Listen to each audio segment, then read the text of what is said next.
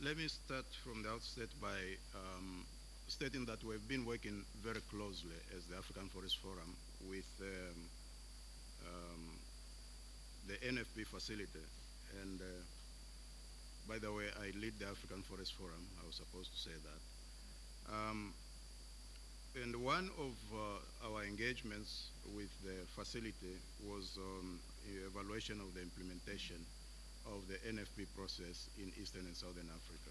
But since we are limited with time, I cannot share any results with you right now, but I can say that there is a great appreciation of the issues raised by the facility on the NFP process. And in many countries, this has been progressing very well. So there is capacity in those countries, and also some political and economic reforms that facilitate the implementation or the development or formulation of NFP processes and their implementation. Now, when it comes to the forest farm facility, at the operational level, it intends to work with smallholders, communities, and indigenous people who are involved in forestry issues and at the farm level. At the national level, it will also work with civil society and the private sector. Let me say that we have been at the African Forest Forum working on some of these issues in the past 3 years through a project called Empowerment of Smallholder Stakeholders in Forestry. And I believe that we can continue to work with the facility along these lines and based on what we found from our own work. What we see out there, and especially in Eastern and Southern Africa where we did this work, and this is an area that has dry forests and woodlands, is that farmers are increasingly planting trees on their farms. The African middle class is also investing in trees on farms.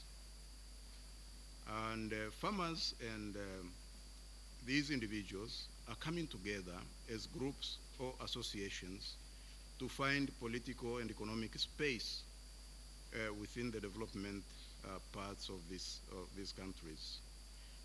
And in addition, you have the private companies which are planting trees in plantations as well.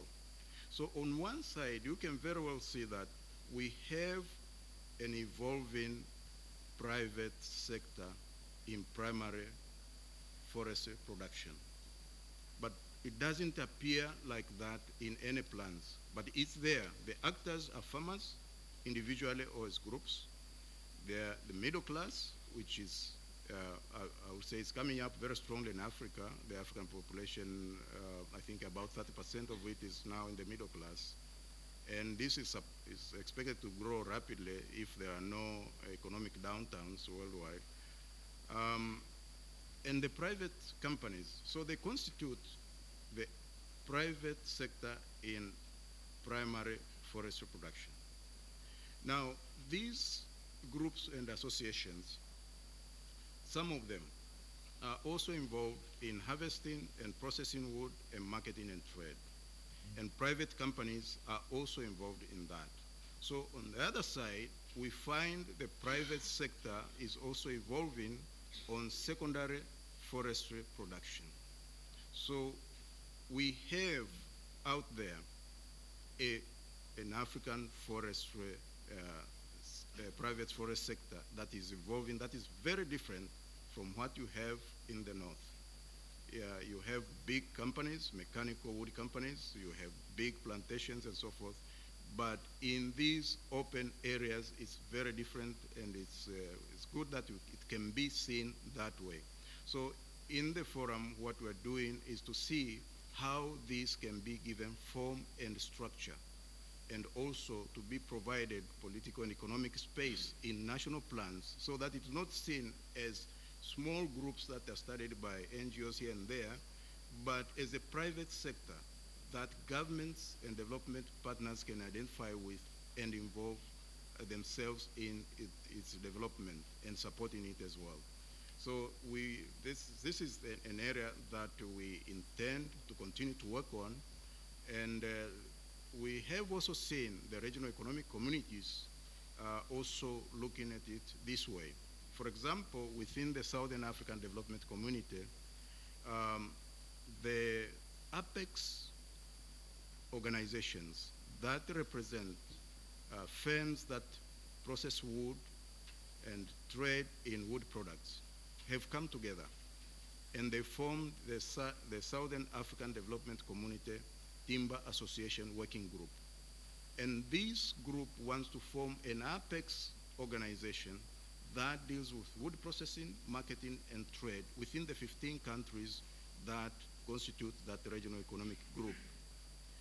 And alongside, they recognize that there are issues of law enforcement, good governance, and so forth. There has been formed also the SADC Working Group on FLEG, Forest Law Enforcement and Governance. So if these go together in tandem, you will see already on the wood processing side and marketing and trade, a structure is coming up. And if this is accepted at the highest level within that regional economic grouping, it's most likely the other economic groupings will go forward. And I would appeal that we change our mindsets, the way we look at Africa, instead of looking at these things like individual farmer groups who are empowering to do this and that. It's good to study those things to understand the dynamics, but we look at the bigger picture, exactly what is evolving on the ground and what we are developing. And this has, the private sector in African forestry has huge potential. Because if we are dealing with areas that are forests and are wooded, according to the statistics from FOU, we have almost 350 million hectares which are classified as wooded. And the forest area is around 675 million. If you take out the production forests and the protective forests, you are remaining with almost 400 and something. So we have close to 760 million hectares out there that are within reach of local communities and private sector because governments are going out of business.